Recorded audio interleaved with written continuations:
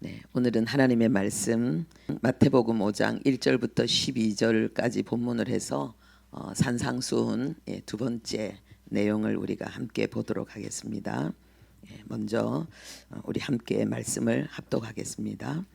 예수께서 무리를 보시고 산에 올라가 앉으시니 제자들이 나온지라 입을 열어 가르쳐 이르시되 심령이 가난한 자는 복이 있나니 천국이 그들의 것이미요 애통하는 자는 복이 있나니 그들이 위로를 받을 것이미요 온유한 자는 복이 있나니 그들이 땅을 기업으로 받을 것이미요 의에 줄이고 목마른 자는 복이 있나니 그들이 배부를 것이미요 긍휼히 여기는 자는 복이 있나니 그들이 긍휼히 여김을 받을 것이미요 마음이 청결한 자는 복이 있나니 그들이 하나님을 볼 것이미요 화평하게 하는 자는 복이 있나니 그들이 하나님의 아들이라 일컬음을 받을 것이미요 의를 위하여 박해를 받은 자는 복이 있나니 천국이 그들의 것임이라.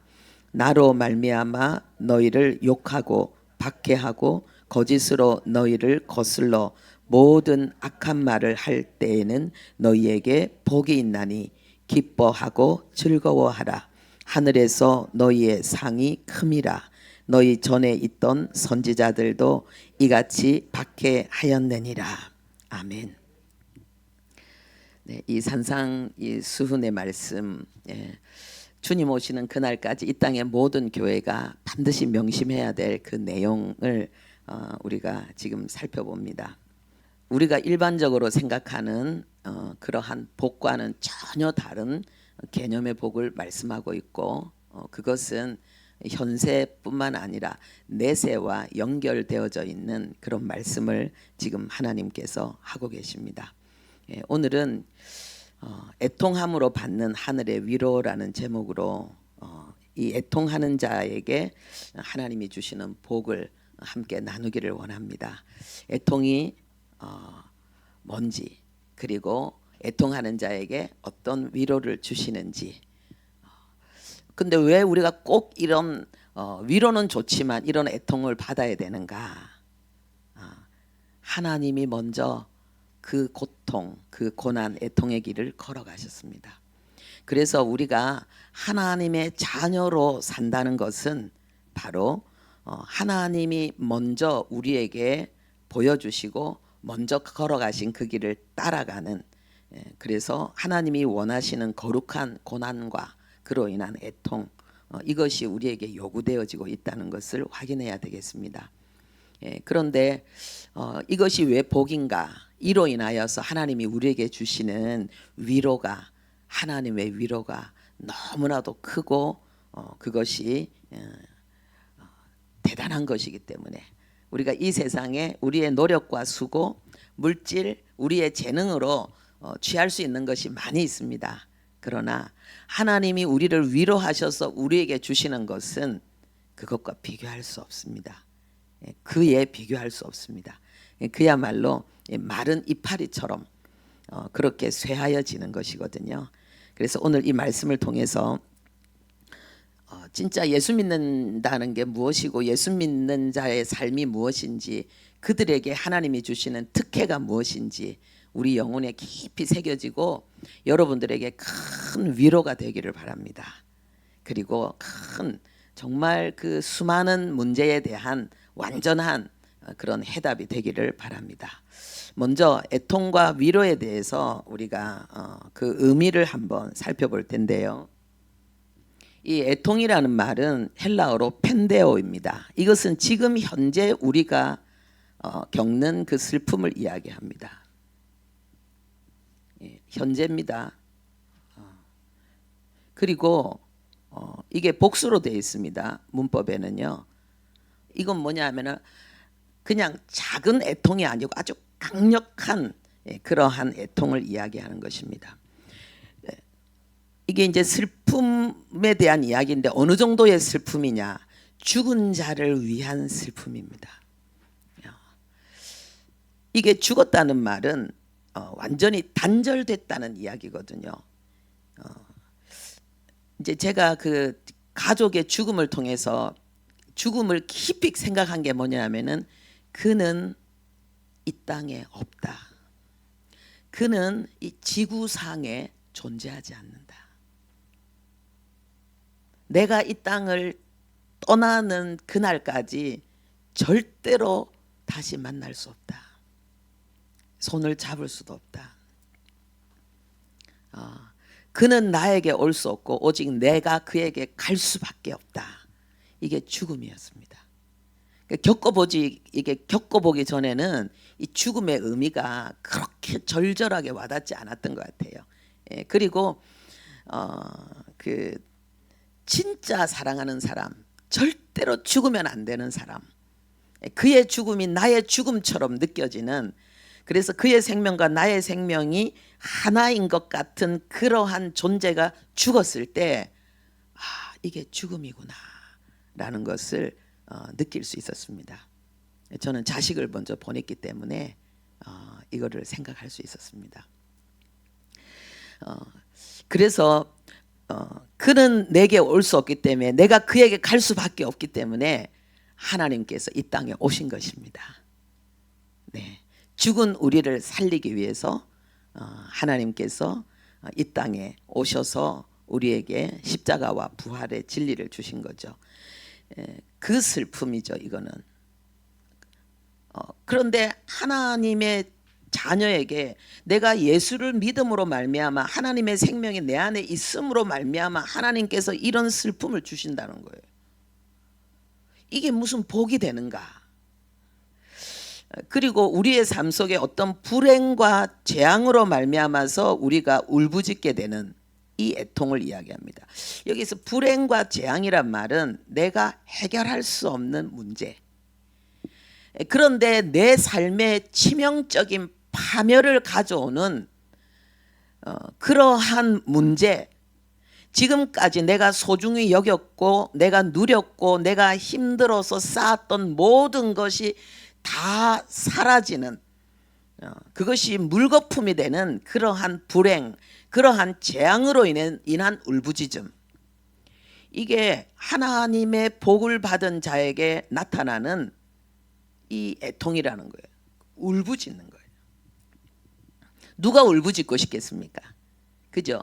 그냥 내가 울부짖고 싶어도 은밀한 곳에서 혼자 가슴을 치며 울지, 많은 사람이 알도록 막 소리를 지르면서 막 절규하는 이런 울부짖음은 아무도 안 하고 싶을 거예요.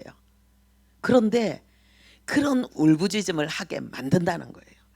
가끔 보면은 이렇게 하나님의 성령이 충만한 임재 가운데 갑자기 막 울음이 터지면서 막 소울음을 우는 것처럼, 정말 가슴 밑바닥에부터 쏟아져 나오는 그런 울음을 우는데 그것을 참을 수가 없어서, 그것을 도대체 어떻게 숨길 수가 없어서 그냥 폭탄이 터지듯이 그냥 팍 터져 나오는 그런 울음들이 있습니다. 그걸 이야기하는 거죠. 예. 그 모르드게가 바로 그런 울음을 울었지 않습니까? 그렇죠? 베드로가 예수님을 3번 부인하고 난 다음에 돌아 나와서 바로 그 울음을 울었습니다. 예. 그리고 또 사랑한 사람이 사라진 슬픔, 이런 슬픔과 울부짖음뿐만 아니라 이것은요 우리에게 심리적인 그리고 신체적인 현상을 또한 동반합니다. 우리를 한없이 약하게 만드는 거예요. 전에는 뭐든지 잘할 수 있을 것 같았는데 이제는 아무것도 할 수 없는 것처럼 느껴지는 거예요.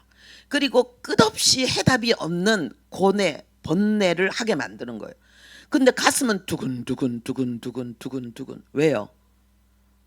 불안하니까, 자신감이 없으니까. 그리고 한없는 후회.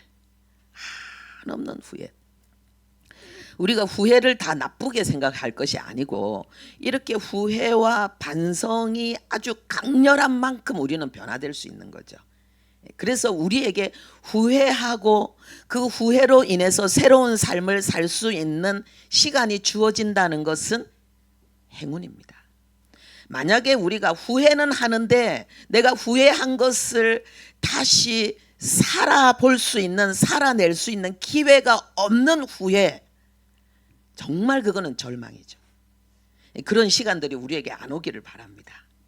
그래서 우리가 지금 여기 앉은 많은 분들 중에 혹시 나에게 이런 애통이 있다 그러면은 정말 하나님이 사랑하는 자에게 주시는 축복이다 라고 생각하고 내가 하나님의 사랑을 받고 있구나 그렇게 느끼시기 바랍니다. 하나님이 애통하는 자에게 위로를 주신다 그랬는데 그럼 도대체 이렇게 큰 슬픔 속에 하나님이 우리를 던지셨단 말이죠. 하나님이 거기서 꺼내주지 않고 계속 그 속에서 애통하게 만든다 말이죠. 왜 그러시는가? 위로를 주게 하기 위해서. 한 번도 받아본 적이 없는 하늘의 위로, 하나님의 위로를 받기 위해서. 오늘도 우리가 이제 점심을 먹을 거잖아요. 그러면 제일 먼저 뭐 합니까? 음식을 먼저 먹기 전에 음식을 우리가 먼저 내 것으로 소유해야 되는데 그래서 음식이 아니라 뭘 준비합니까? 그릇을 준비하잖아요. 쟁반. 그죠? 그리고 먹을 숟가락과 젓가락을 준비하는 거잖아요. 바로 그거예요. 하나님께서 우리에게 이 고통을, 이 애통을 허락하시는 이유는 하나님의 위로라는 세상이 줄 수가 없고 이 세상에 그 어떤 좋은 사람, 그 어떤 좋은 상황에서도 우리가 취할 수 없는 하나님이 주시는, 하나님이 창조주 하나님, 창조주 하나님이 피조물에게 예수 그리스도라는 그 엄청난 십자가를 통과해서 하나님이 우리에게 주고 싶은 위로가 있다는 거죠. 그 위로가 얼마나 엄청나기에 하나님은 그 위로를 주고 싶어서 하나님이 원하지 않는 이 고통과 이 애통과 신음을 우리에게 하게 하시는가? 하나님은 우리 곁으로 우리를 부르시는 거예요. 그리고 하나님이 우리에게 화해를 제안하시는 거예요. 하나님 멀리 계신 것 같습니까? 아니면 내 가까이 계신 것 같습니까? 근데 지금 가까이라고 고백하신 분들은요 고생을 많이 한 분들. 그 가까이라는 그 말이 그냥 나오지 않거든요. 예. 우리가 이 애통하지 않고서는 하나님께 가까이 안 나가요. 우리는 끊임없이 세상이 단 줄 알고 세상 것을 향해서 세상 것을 취하기 위해서 막 줄다름치던 우리거든요. 하나님이 불러도 안 가. 하나님이 옆에 있는데도 몰라. 예. 그래서 하나님이 우리를 위로하신다는 말은 하나님이 우리를 곁으로 부르시는 거예요. 내가 지금 고난 속에 있다. 앞에 이야기한 이런 애통 가운데 있다. 지금 하나님이 여러분들을 만나기를 원하시는 거예요. 그러면서 하나님이 뭐 하기를 원하시는가? 화해하기를 원하시는 거예요. 이 말은 뭡니까? 하나님이 돌아서 있다가 나하고 화해하는 게 아니에요. 내가 돌아서 있었기 때문에 하나님과 화목한 그런 관계를 맺지 못했던 거예요. 그러니까 하나님은 늘 나의 등 뒤에서 나를 기다리고 계셨던 거예요. 내가 돌아설 때까지. 세상을 향해 있던 내가 하나님을 향해 돌아설 때까지 기다리셨던 거예요. 애통을 통해서. 그래서 우리는 하나님 앞에 부름을 받고 하나님과 화목하게 되는 거예요. 화목하게 되는 거예요. 이거는 갈등이 없고 전쟁이 없고 파괴가 없고 분노가 없는 아주 그러한 평화, 평화의 상태에 모든 그 소중한 삶을 이야기하죠. 그리고 하나님이 우리를 아주 친절하게 이제 하나님이 직접 우리를 격려하시고 하나님이 위로하기 위해서 우리가 하나님의 위로와 격려가 아니고 우리가 다른 이유로 다른 동기로 마음에 확 힘을 낼 때가 있습니다. 나도 저거 가져야지. 나도 잘난 체 좀 해봐야지. 나도 저 정도는 할 수 있는데 내가 나를 증명해야 되겠어. 그러니까 우리의 힘을 북돋우는 세속적이고 정욕적인 그러한 마귀적인 충동이 아니라요. 너무나도 선하고 아름다운 이유로 하나님의 격려를 받는 거예요. 그러면은 우리가 때로는 어떤 그 특별한 것들을 흠모해도 그것이 자기를 위한 게 아니고 하나님의 격려와 하나님의 요청으로 인한 거기 때문에 우리는 거기에 대해서 전혀 죄책감이 없어요. 때로는 사람들에게 오해를 받을 수도 있잖아요. 왜 그 일을 하세요? 왜 그런 행동을 하세요? 그러면서 오해를 받을 수도 있잖아요. 그런데도 위축될 필요가 없죠. 왜냐하면은 하나님이 주시는 격려와 위로로 인해서 선한 동기로 하기 때문에. 그리고 하나님이 우리를 강하게 하시는 역사가 일어납니다. 하나님이 강하게 하시면은요, 세상이 그 강함을 꺾을 수가 없습니다. 여호수아가 자기는 벌벌벌벌 떨었어요. 왜냐하면은 늘 이 모세의 그 비서 그로 그렇게 돕는 자로만 있다가 이제 모세가 가고 나서 자기가 딱 섰단 말이에요. 모세가 얼마나 힘들게 이 백성들을 40년 동안 이끌어 왔는지 알잖아요. 나는 죽었다 깨나도 이거 못한다. 얼마나 벌벌 떨었는지 하나님이 여호수아에게 말씀하십니다. 두려워하지 말라. 두려워하지 말라. 예. 내가 너와 함께해서 네가 원하는 것, 네가 이 백성과 함께 이루어야 될 것을 다 이루게 해주겠다. 그리고 어떻게 했습니까? 여호수아는 그 사명을 감당했습니다. 예. 그러니까 우리에게 새로운 강함이 주어진다는 거죠. 이 강함은 나도 몰랐던 나의 강함이에요. 그런데 이 강함이 어떤 강함이냐면 우리의 영혼 속에 뭔가 우리의 영혼이 꿈꾸고 바라던 그런 선한 소망이 있어요. 나의 정체성으로 말미암아 내가 진짜 이루고 싶었던 그런 어떤 삶이 있어요. 그런데 용기가 없어서 그걸 못하고 그냥 현실에 급급해서 그냥 세상 것을 추구하던 우리가 이제는 그것을 향해 나가게 되는 거죠. 하게 되는 거죠. 예, 이런 강함이죠. 도전하고 성취할 수 있는 이 은혜가 우리 모두에게 있기를 바랍니다. 그런데 최고의 영광이 뭐냐면요, 우리의 이 고난, 정말 예수 그리스도 안에서 예수 믿음으로 말미암아 겪는 우리의 이 고난을 하나님은 그리스도의 고난과 동일시해 주신다는 거예요. 그리스도의 고난과 동일시한다. 그러니까 이게 뭐겠습니까? 나를 따라오너라. 주님 말씀하셨잖아요. 우리가 주님을 따라가는 사람으로 인정받는 거예요. 예. 자타가 하늘에서도, 그리고 그리스도의 위로에 우리가 참여하게 된다는 거죠. 예. 그러니까 지금 하나님께서 하나님의 복을 받은 자에게 이런 애통이 있지만은 하나님이 이런 위로를 주실 것이다라고 말씀하셨거든요. 자, 그러면 이제 우리가 두 번째, 하나님은 언제나 당신이 먼저 행하시고 따라와라, 같이 가자 말씀하십니다. 하나님께서 우리에게 그렇게 사랑하셔서 그렇게 소중히 여기셔서 십자가로 우리를 구원한 우리에게 주시는 이 고난과 애통에 대해서 하나님이 우리에게 주시는 최고의 위로와 격려는 뭡니까? 하나님이 먼저 그 길을 걸어갔다는 거예요. 하나님이 먼저 그 길을 걸어갔다는 거죠.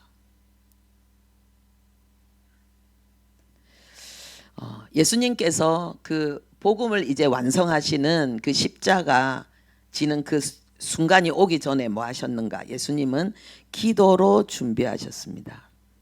그런데 예수님의 기도가 얼마나 처절했는지 그 기도하면서 땀이 났습니다.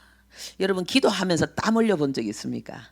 하나님 앞에 울부짖으면서 땀 흘려 본 적이 있습니까? 눈물과 콧물과 땀방울이 뚝뚝뚝뚝 떨어지는 그런 기도를 해보신 적이 있습니까? 예수님은 그런 기도를 하셨어요. 얼마나 절박했으면, 얼마나 간절했으면, 얼마나 애통했으면 그런 기도를 하셨겠어요.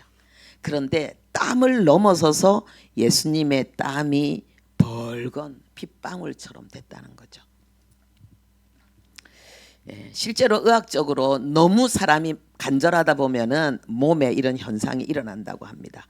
히브리서 5장 7절에는 이 내용을 이렇게 설명하고 있습니다. 우리 함께 읽겠습니다.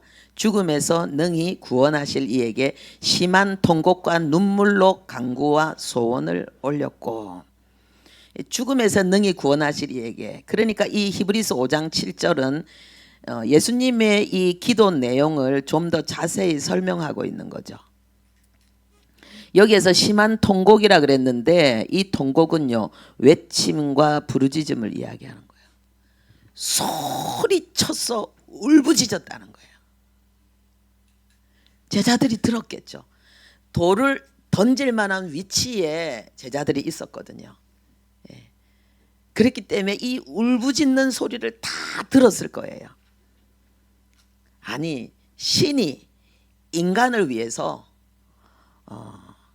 이런 애통과 이런 고통의 길을 걸어간다는 게 이게 말이 됩니까? 예수님은 십자가 그 순간에 또 뭐라고 말씀하셨습니까? 엘리 엘리 라마 사박다니 이 부르짖었습니다. 이것은 뭡니까? 나의 하나님 어찌하여 나를 버리셨나이까. 그러니까는 이 십자가는요, 하나님 앞에 완전히 버림받고 우리 대신 형벌을 당하는 거죠. 여러분, 지옥을 뭐라고 생각하십니까? 지옥은 하나님을 원하지 않는 자들, 하나님의 은혜를 필요로 하지 않던 자들, 하나님 필요 없다고 여겼던 자들, 은혜에 감사하지 않는 자들이 가는 곳입니다. 그런데 거기에는 더 이상 하나님의 은총이 없습니다. 완전히 단절된 곳입니다. 그러니까 이 땅에서도 우리가 감옥이 있잖아요. 예. 감옥은 이 사회에서 격리된 거잖아요.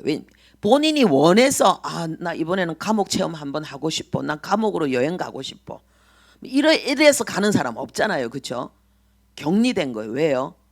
이 사회의 안전을 위해서, 이 사회의 안녕을 위해서, 평안을 위해서 그것을 너무나도 강하게 파괴시킬 자들은 격리해서 감옥에 집어넣죠. 예. 그러면은 이 감옥의 특징이 뭡니까? 사회에서 그 사람이 누렸던 것들을 못 누리는 거예요. 거긴 자유가 없어요. 쇼핑을 할 수가 없어요. 자기가 원하는 것을 먹을 수가 없어요. 자기가 원하는 시간대로 자기 삶을 살아낼 수가 없어요. 짜여진 대로 움직여야 되고, 많은 자기가 사회에서 누렸던 것들을 누리지 못하는 거예요. 지옥이 그런 거예요. 예수님이 십자가 달리셨을 때에 우리의 모든 죄와 모든 저주를 우리가 겪을 그 지옥의 형벌까지 예수님이 다 당하신 거예요. 하나님과의 완전한 분리. 예. 그런데 놀라운 것은 하나님이 전능하시잖아요. 근데 전능하신 하나님이 왜 이런 고통과 신음과 그리고 이런 비명을 질러야 됐냐는 거예요. 하나님이 이렇게 하셨다고 해서 하나님의 그 전능하심이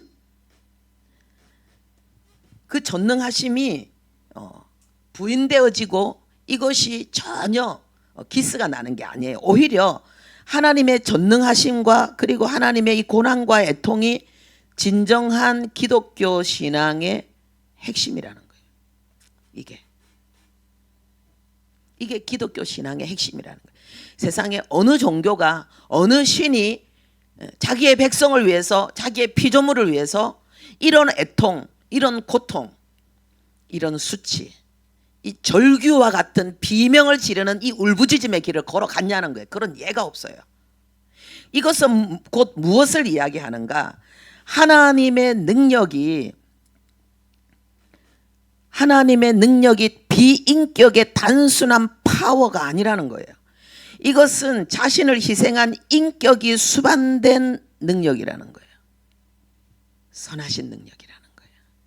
그래서 하나님의 전능하심이 이 고난으로 인해서 부인되지 않는다는 거예요. 우리가 때로는요, 고난 당하다 보면은 하나님은 작아 보이고 세상은 너무 커 보일 때가 있다는 거예요. 근데 그렇지 않다는 거예요. 이제 하나님의 자녀가 된 우리에게도 하나님이 걸어가셨던 그런 애통의 길, 그런 고난의 길을 요구하십니다. 오늘 이 말씀이 여러분에게 위로가 되기를 바랍니다. 그리고 해답이 되기를 바랍니다.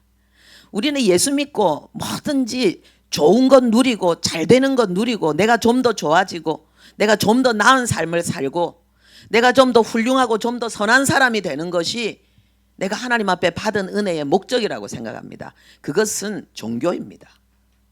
그거는 인격 수양으로도 그 정도는 됩니다.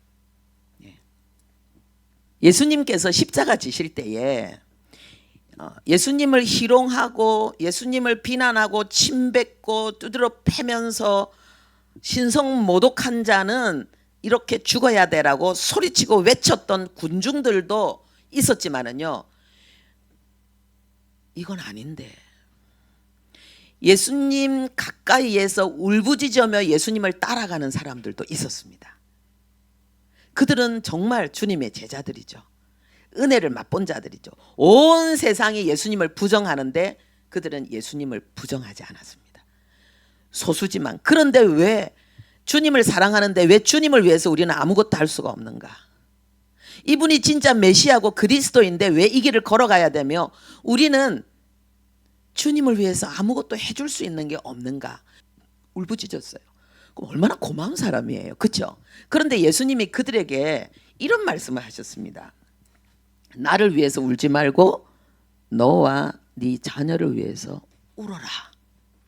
나 위해 울지 말고 너와 네 자녀를 위해서 울어라. 예수가 그리스도라는 사실을, 그분이 하나님이라는 사실을 알고 그분을 위해서 정말 마음을 쏟고 삶을 그 방향으로 정한 자들을 향해서 나를 위해 울지 말라.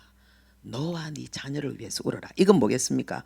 우리가 하나님을 사랑하고 하나님 앞에 은혜 받고 하나님을 위해서 헌신했다고 할지라도 우리는 울어야 되는 거예요.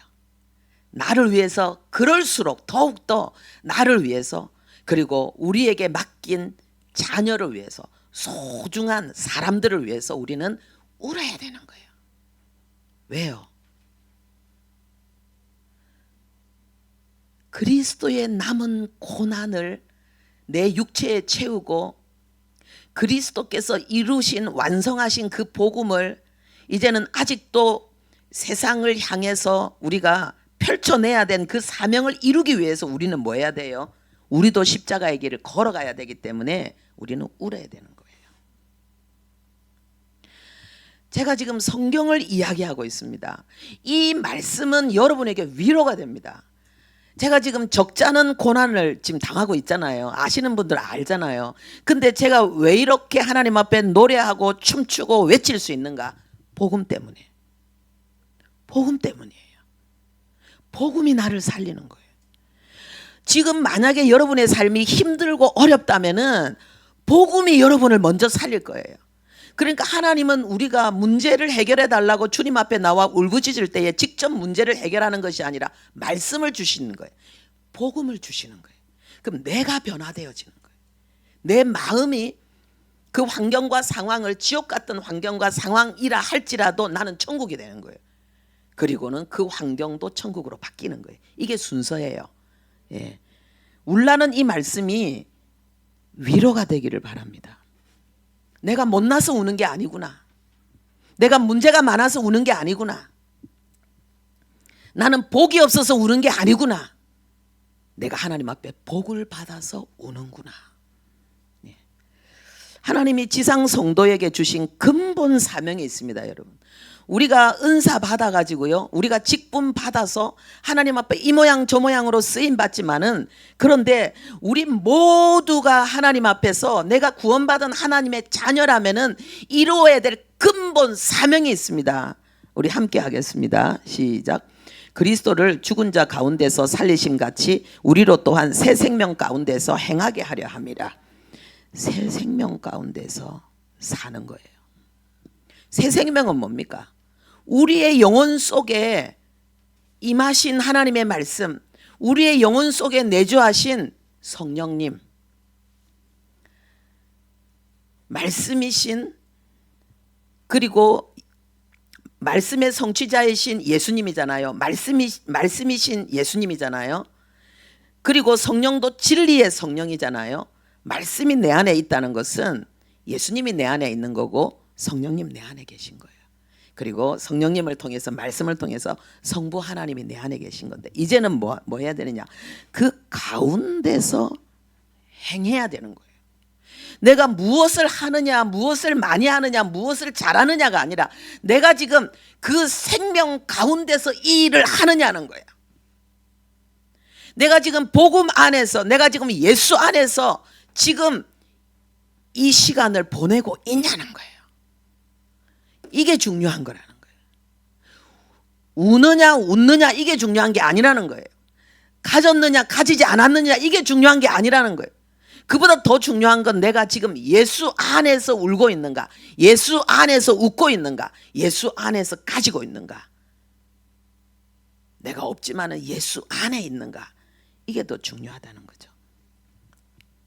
자, 하나님께서 우리에게 전쟁이 있다고 말씀하십니다. 그래서 전신갑주를 입으라 이렇게 얘기하잖아요. 자, 우리 함께 하겠습니다. 속사람은 하나님의 법을 즐거워하되 지체 속에 있는 죄의 법으로 나를 사로잡는 것을 보는도다. 예, 두 법이 우리 안에서 싸운다는 거예요. 두 법이, 하나님의 법, 그 다음에 죄의 법. 이 전쟁이 있다는 거예요. 여러분, 이 전쟁이 여러분 안에 있다는 것을 아시죠? 그게 성령 충만이에요. 성령의 조명으로 이 전쟁을 아는 거예요. 내가 구원받았다는 증거는 뭐냐? 이걸 아는 거예요. 그런데 나는 하나님의 법을 즐거워한다는 거예요. 사랑한다는 거예요. 여러분, 하나님의 말씀대로 살고 싶잖아요. 그런데 죄의 법이 나를 사로잡는다는 거예요. 이 사로잡는다는 말은 전쟁 포로로 나를 끌고 간다는 거예요. 여러분, 내가 죄에 끌려갈 때는 반드시 알아야 돼요. 내가 싸움에서 졌기 때문에 끌려가는 거예요. 다른 말로 하면은 싸우지 않았기 때문에 끌려가는 거예요. 왜냐하면 우리는 싸우면 다 이기거든요. 우리는 세상과 죄와 마귀를 이기는 자들이거든요. 근데 싸우지 않았기 때문에 끌려가는 거예요. 죄의 종로로 타는 거예요. 아이, 뭐 죄가 너무 힘이 세서 아니에요. 전쟁 포로예요. 내가 싸우지 않았어요. 제가 어떤 분에게 이야기합니다. 제가 그랬으니까 방을 기어서라도 주님의 이름을 불러라. 혀를 깨물고라도 내 속에 올라오는 충동이 입술의 말로 열매 맺지 않도록 몸부림쳐라. 제가 왜 그렇게 말하는가? 제가 그 삶을 살았기 때문에. 그런 시간들이 저에게 있었기 때문에. 그래서 그 정말 절규하면서 이 내 속에 하나님의 은혜와 하나님의 평강을 구했을 때에 하나님께서 주시는 위로가 있었기 때문에, 새 삶이 있었기 때문에 그렇게 한 거예요. 그렇게 말하는 거예요. 여러분들에게도 싸우고 이기는 은혜가 있기를 바랍니다. 왜 우리가 이렇게 싸워야 되는가? 베드로전서 3장 9절 함께 읽겠습니다. 악을 악으로 욕을 욕으로 갚지 말고 도리어 복을 빌라. 이를 위하여 너희가 부르심을 받았느니라. 아멘. 아까 새 생명 가운데 사는 것이 근본 사명이라 그랬죠. 그 근본 사명의 구체적인 내용이에요. 이게 내가 악을 받아도, 악을 당해도 악으로 반응하면 안 돼요. 내가 악한 자를 이기기 위해서는 난 더 악한 자가 돼야지 그 사람을 꺾을 수 있어요. 하나님 그거 하지 말라는 거예요. 그렇게 욕을 그대로 갚지 말고 오히려 도리어 복을 빌라. 이를 위해서 너희가 부르심을 받았느니라. 이게 십자가잖아요. 우리가 원수 되었잖아요. 우리가 죄인 되었잖아요. 우리가 하나님을 배반했잖아요. 그런데 하나님이 우리에게 복을 주기 위해서 십자가의 길을, 내가 마셔야 될 쓴 잔을, 내가 마셔야 될 독약을 예수님 대신 마신 거잖아요. 그런데 하나님이 우리에게 이 삶을 살라고 하는 거예요. 근데 이게 쉽게 되냐는 거예요. 처음엔 이거 어렵습니다. 왜냐하면은 우리의 옛 자아가, 우리의 이 죄의 몸이 끊임없이 사단의 충동과 그 습성으로 말미암아서 미워하고 싫어하고 저주하고 분노하고 썩내고 공격하는 거예요. 그런데 그것은 육이죠. 하나님은 우리에게 새로운 부르심을 말씀하고 있습니다. 이 부르심이 나는 어떻게 주님을 위해 나는 무엇을 하며 주님을 위해 살아야 되는가 이것을 하십시오. 이것이 안 되고 목사 되고 이것이 안 되고 선교사 되고 이것이 안 되고 다른 거 되면 안 돼요. 기본이 이거예요. 예. 그 다음에 또 우리 고린도전서 4장 10절 우리 함께 보겠습니다. 우리는 그리스도 때문에 어리석으나 너희는 그리스도 안에서 지혜롭고 너희는 존귀하나 우리는 비천하며. 하나님이 이 근본 사명 위에 또 하나님이 우리에게 주시는 또 직분과 또 다른 어떤 부르심들이 있습니다. 여기에서 지금 이것은 바울의 고백이거든요. 그리스도 때문에 이게는 어리석다는 말은 부족한 사람이 되고 못난 사람이 된다는 거죠. 그리스도 때문에 지혜로운 사람도 있는데 그리스도 때문에 못나고 부족한 사람으로 보이는 그런 삶의 길을 걸어가야 될 사람도 있어요. 예수 때문에 하나님의 은혜를 받아서 존귀한 길을 걸어가는 사람도 있지만은 예수 때문에 비천한 길을 걸어가야 되는 사람도 있어요. 여러분 어떻습니까? 주님 안에서 지혜로운 자, 존귀한 자 되고 싶죠. 그러면 주님 안에서 때론 어리석은 자, 비천한 자의 길을 걸어가야 될 사람이 아무도 없으면 어떻게 됩니까? 드라마가 안 되는 거예요. 영화가 안 되는 거예요. 하나님의 나라를 세우는데 여러분 우리가 몸이 지체라 그랬잖아요. 그죠? 그리고 이 지체에는 각 사명이 있잖아요. 다 나 눈하고 싶다 그러면 어떡해요? 나는 발바닥 안 하고 싶다 그러면 어떻게 서서 이 몸이 움직이고 기능을 발휘합니까? 나는 손대고 싶다 그러면 은밀한 내장은 한 번도 밖으로 드러나지 않지만은 쉬지 않고 내가 태어날 때부터 잉태된 순간부터 죽는 날까지 이 뛰고 있는 이 심장은 누가 합니까? 교회에 하나님의 나라에 이런 여러 가지 기능이 있다는 거예요. 우리는 하나님 앞에 충성이 뭐냐? 자기 배역이 있다는 거예요. 자기 배역. 자기 배역에 충실한 것이 충성이라는 거예요. 우리 인생을 이런 하나님의 말씀이 없이 우리가 어떻게 우리 인생을 풀겠습니까? 내가 자식이 잘 된다. 물론 자녀 교육을 잘 시켰죠. 근데 자녀 교육을 잘 시켰다고 자녀가 다 잘 된다고 할 수 있습니까? 아니에요. 우리가 하나님 앞에 열심히 정말 전심이 다 드려진 가운데 주님 앞에 달려간다고 해서 그렇다고 해서 다 지혜롭고 다 존귀한 자가 된다고 할 수 있습니까? 그러면 지금 북한에서 지하교회 생활을 하면서 그렇게 헐벗고 굶주린 가운데 때로는 들켜서 포로 수용소에 끌려가서 그 고통의 삶을 살고 그리고 거기서 죽어가는 이런 신앙인들은 그러면 우리보다 하나님 앞에 복을 덜 받고 우리보다 하나님 앞에 사랑을 덜 받아서 그 고난의 길을 걸어갑니까?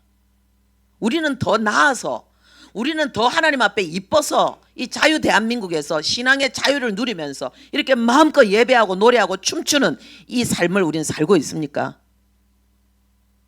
똑같은 거예요. 이 남한에도 이 땅에도 마찬가지. 우리가 어떤 길을 걸어가냐. 중요한 건 뭐냐 하면요.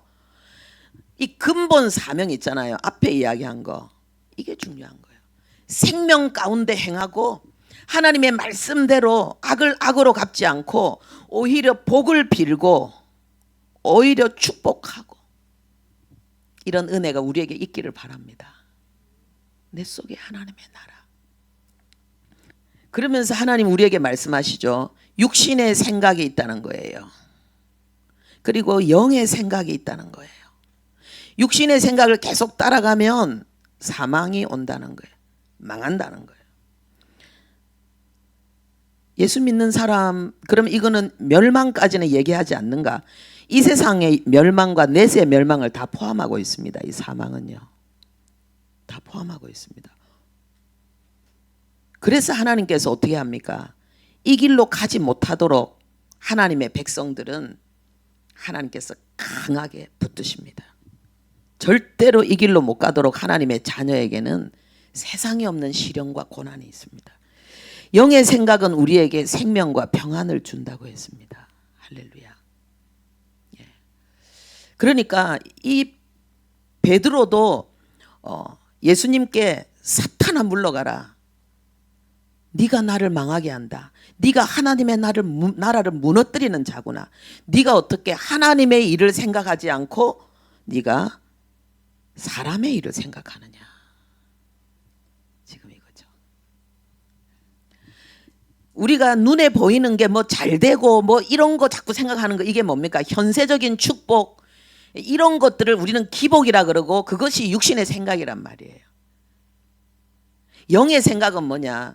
네가 진짜 하나님의 뜻을 찾고 있는가? 그 뜻을 이루기 위해서 그 길을 가고 있는가? 요즘 제가 하나님 앞에 계속 가슴에 묵상하는 게 뭐냐면요, 죄와 싸우되 피 흘리기까지 싸우라. 나는 피 흘리기까지 싸우고 있는가? 피 흘리기까지 싸우라는 말씀이 무슨 말씀인가? 피 흘리기까지 싸우는 삶은 어떤 삶일까? 이런 것들을 생각하고 있습니다. 그런데 하나님께서 생명과 평안을 주신다 그래요. 우리가 이거를 우리가 주목해야 되는 거예요. 우리가 자꾸만 육신의 생각, 이거 하나님 이것도 하지 말고 저것도 하지 말고 이것 말고 하나님이 이것도 주시겠다 저것도 주시겠다 약속하신 여기에 우리가 주목해야 된다는 거예요. 마지막입니다. 하나님의 위로죠. 하나님이 생명과 평안이라고 하신 이 하나님의 위로. 천국은 말할 것도 없고요. 자, 먼저 예수님을 한번 보겠습니다. 이 예수님의 이야기거든요. 이사야 53장에 그가 그 씨를 보게 되며 예수님의 십자가 고난을 통해서 후손을 보게 된다는 이야기입니다. 자기 영혼에 수고한 것을 보고 만족하게 여길 것이라. 여러분, 우리 영혼의 수고를 합시다. 영혼의 수고. 네. 근데 이 씨는 이게 교회를 이야기하잖아요. 그죠? 수많은 영혼을 이야기하잖아요. 너무 아름다운 건요, 이 씨가 단수로 되어 있다는 거예요. 하나라는 거예요. 우리는 하나입니다. 주님이 그 십자가의 험한 고난을 겪은 이유는 뭐냐? 씨를 보기 위해서예요. 우리를 보기 위해서요. 그리고 우리가 주님 앞에 서서 우리가 주님 앞에 있으면요, 우리 주님은 만족하신다는 거예요. 하나님은 만족하신다는 거예요. 그런데 이 만족한다는 이게 이 단어가 뭐냐면은 이게 포식하다 이런 뜻이에요. 실컷 먹어서 이제는 물리다는 거예요. 더 이상 먹을 수 없다는 거예요. 아무리 맛있는 것도 더 이상. 이게 뭡니까? 하나님께서 그 십자가의 길을 걸어가셔서 그 오랜 수고와 그 고생을 통해서 하나님이 우리를 하나님의 품에 안으시면 하나님은 더 이상 바랄 게 없다는 거예요. 이게 하나님이에요. 그래서 하나님은요, 아버지인 거예요. 우리가 이 사랑을 받고 있어요. 그리고 우리가 이런 사랑을 하나님이 행하기를 원하십니다. 하나님께서 우리에게 그래서 주시는 게 뭐냐? 로마서 8장 28절 말씀인데요. 하나님의 위로가 뭐냐면요, 이 모든 고난이 아픔이 어려움이 합력하여서 선이 되는 거예요. 이 선이 된다는 게 뭡니까? 이런 사람이 되는 거예요. 하나님의 형상. 우리 안에 하나님의 형상이 이루어지는 거예요. 그리고 두 번째는 뭡니까? 현재의 고난은 장차 나타날 영광과 비교할 수 없다. 우리가 지금 현재 행복한 거 좋아요. 그런데 지금 현재도 행복해야 되지만 미래도 행복해야 되는 거예요. 둘 중에 하나를 선택하려면 여러분 뭘 선택하시겠습니까? 미래의 행복이죠. 맞잖아요. 미래의 행복이죠. 지금 현재 우리가 그리스도인으로서 이 겪는 이 고난, 말씀에 순종하기 위해서 하나님이 주신 그 사명, 나의 삶의 자리에서 하나님의 뜻 찾아 이루는 자가 되기 위해서 우리가 겪는 이 현재의 고난이 우리에게 뭘 가져온다? 영광을 가져온다. 비교가 안 된다는 거예요. 여러분들 이 주인공이 이런 축복의 주인공이 되었다는 사실을 우리가 알고 기뻐했으면 좋겠습니다. 그래서 맨 마지막에 뭡니까? 기뻐하고 즐거워하라 그랬잖아요. 그래서 하나님의 위로를 받는 자들은 이렇게 고백합니다. 바울이 고백합니다. 나를 부끄러워하지 말고 복음과 함께 고난을 받으라. 나의 고난을 부끄러워하지 말라는 거예요. 내가 가는 길을 걸어가라는 거예요. 바울이 지금 감옥에 갇혔거든요. 예. 바울의 사역이 중단됐단 말이에요. 많은 사람들이 또 바울을 떠났단 말이에요. 근데 바울은 뭐냐? 나를 부끄러워하지 마라. 당당한 거죠. 그리고 뭐 하라고요? 복음과 함께 고난 받으라. 우리는 복음과 함께 복을 받고 싶어 하죠. 애통이 아니라 형통을 원하죠. 근데 하나님은 고난을 받으라. 그리고 하나님의 형상을 이루어 가라. 이렇게 말씀하십니다.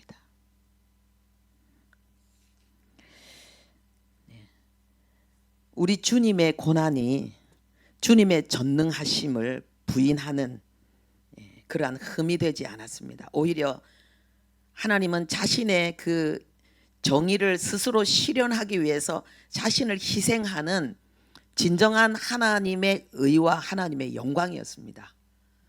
우리도 마찬가지입니다. 우리가 하나님의 사람일 때에 우리의 고난이 우리가 받은 하나님의 은혜를 부인하지 않습니다. 오히려 바울처럼 나와 함께 고난을 받기를 원한다. 나를 부끄러워하지 마라. 하나님의 위로로 말미암아서 우리는 이런 당당한 고백을 하게 됩니다. 우리 모두에게 오늘 이 말씀이 고난 중에 있는 여러분들에게 정말 위로가 되고 기쁨이 되기를 바랍니다. 이 시간 우리 함께 기도하겠습니다. 내가 기복신앙은 아니라고 하는데 그러면서도 나는 기복신앙으로 지금 하나님을 대하고 있지는 않는가? 나의 고난에 대해서 나는 진정으로 감사하고 있는가? 하나님의 뜻을 찾고 있는가? 나는 악이 아니라 선으로 대하고 있고 복을 빌고 있는가? 나는 내 영혼의 수고를 하고 있는가? 내 영혼이 마귀의 형상이 점점 벗겨지고 하나님의 형상을 닮아가는 것을 가장 소중하게 여기고 있는가?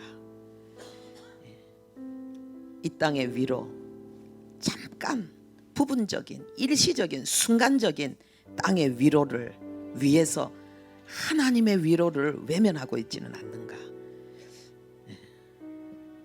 하나님의 말씀이 우리에게 요구하시는 이 길, 하나님의 복을 받은 자의 애통함, 그리고 하나님의 위로를 받는 그 은혜가 우리 안에 있게 해달라고 우리 주여 간절히 부르고 기도하겠습니다.